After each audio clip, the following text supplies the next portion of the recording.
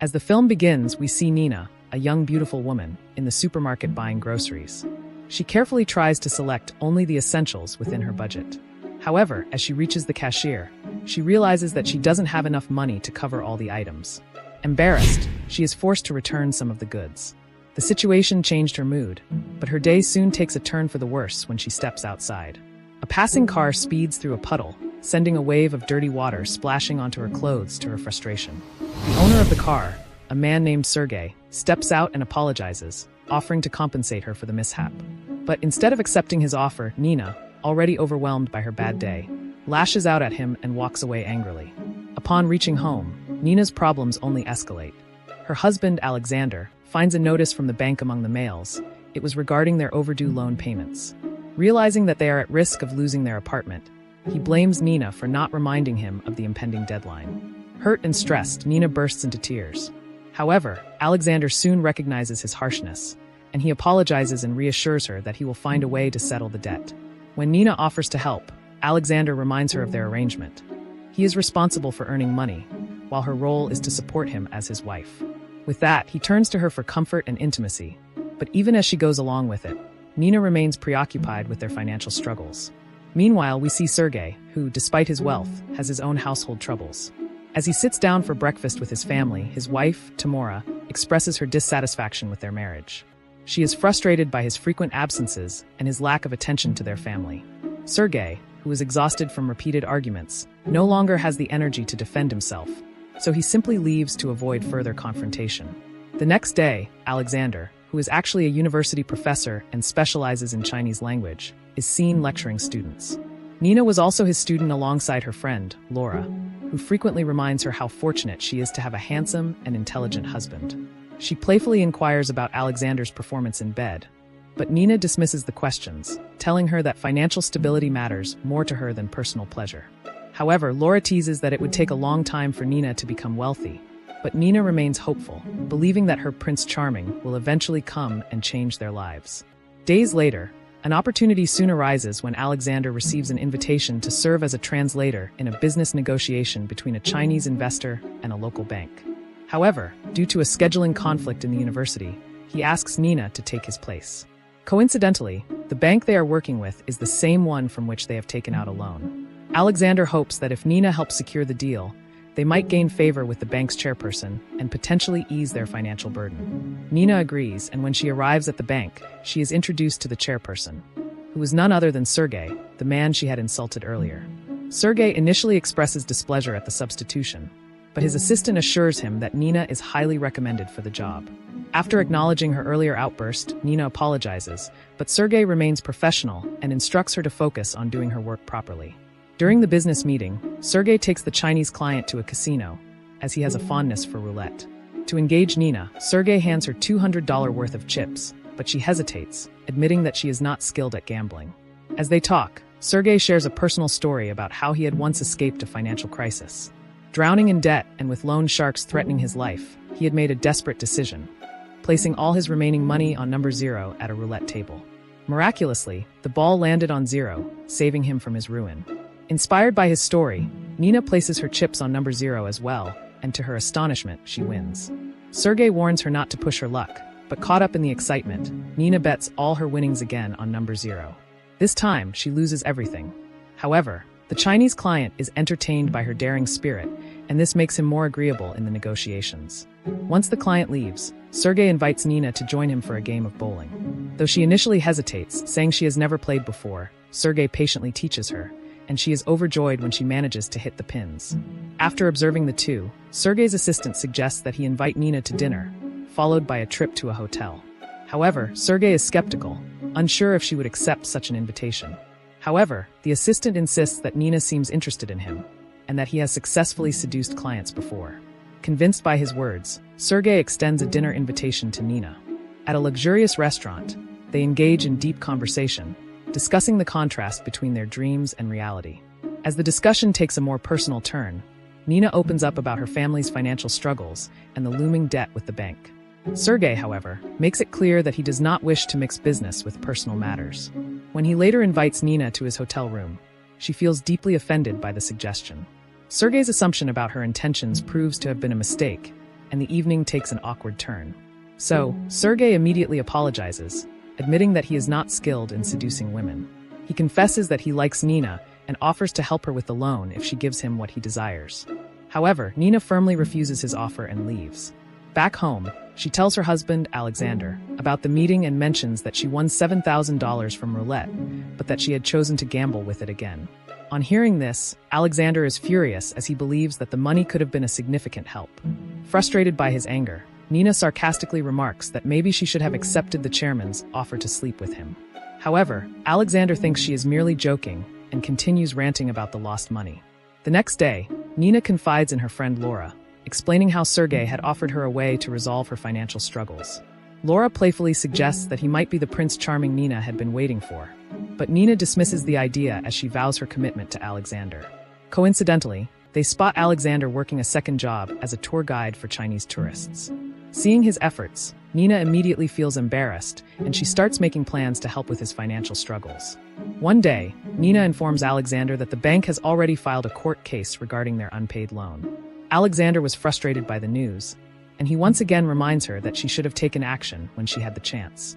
When Nina mentions that she has the chairman's contact number, Alexander quickly urges her to call him. But Nina refuses to comply and angrily walks out on him. However, she spends the entire day contemplating Sergei's offer, and by evening, she finally decides to call him and agree to meet the next day. The following morning, Nina tells Alexander that she will be at the library with her phone turned off. But instead of the library, she heads to a hotel to meet Sergei. As soon as she arrives, Sergei contacts his workers and arranges for Alexander's loan to be put on hold for 3 months, with no interest and at a reduced rate. As they have lunch, Nina remains distant, but Sergei reassures her that if she does not like him, she is free to leave, and he will not hold it against her. Touched by his kindness, Nina finally gives in, and they share an intimate moment together. Moments later, while feeling unexpectedly at ease, Nina sings happily and enjoys a drink with Sergei. However, reality soon sets in, and Nina realizes she must return home. Upon arriving at their apartment, Alexander shares the good news about their loan, assuming that his visit to the bank the previous day had secured them the favor. But Nina appears distant, and when Alexander attempts to be intimate with her that night, she tells him that she is too tired. In the meantime, Sergei's wife, Tamora, notices a woman's perfume on him as he returns home. When Sergei denies any wrongdoing, Tamora becomes furious and calls him names which made Sergei leave the bedroom. Eventually, Sergei calls Nina and asks her to meet him at the same hotel the next day. However, she declines and requests that he stop calling her, but Sergei insists that he will wait for her regardless. The following day, Laura invites Nina for a girls' night out, but Nina initially refuses. When Alexander encourages her to go since the party is close by, Nina changes her mind. However, on her way there, Nina has a second thought and instead rushes to the hotel, where Sergei is waiting. That night, she surrenders to her desires and spends the entire evening with him. From that moment on, they agreed to meet at the hotel every Tuesday afternoon. Their arrangement continues until one Tuesday when Sergei's son falls ill. Since Sergei had to stay by his wife, it made it impossible for Nina to reach him. This unexpected absence leaves Nina feeling dejected, realizing how much she has come to anticipate their secret meetings.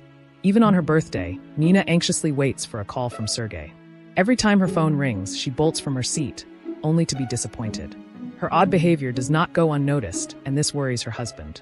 So one day, Nina visits the bank, hoping to see Sergei, but he does not acknowledge her presence.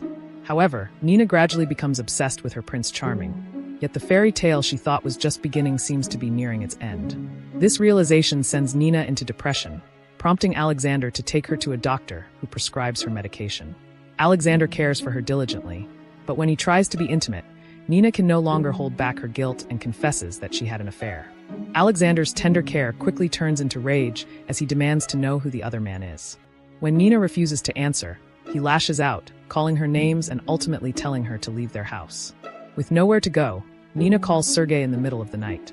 Sergei's wife overhears the call and immediately suspects what was happening. When Sergei says nothing, it confirmed her worst fears. Sergei then leaves to meet Nina, and in an attempt to ease her distress, he promises to buy her an apartment. True to his word, Sergei purchases a luxurious apartment for her.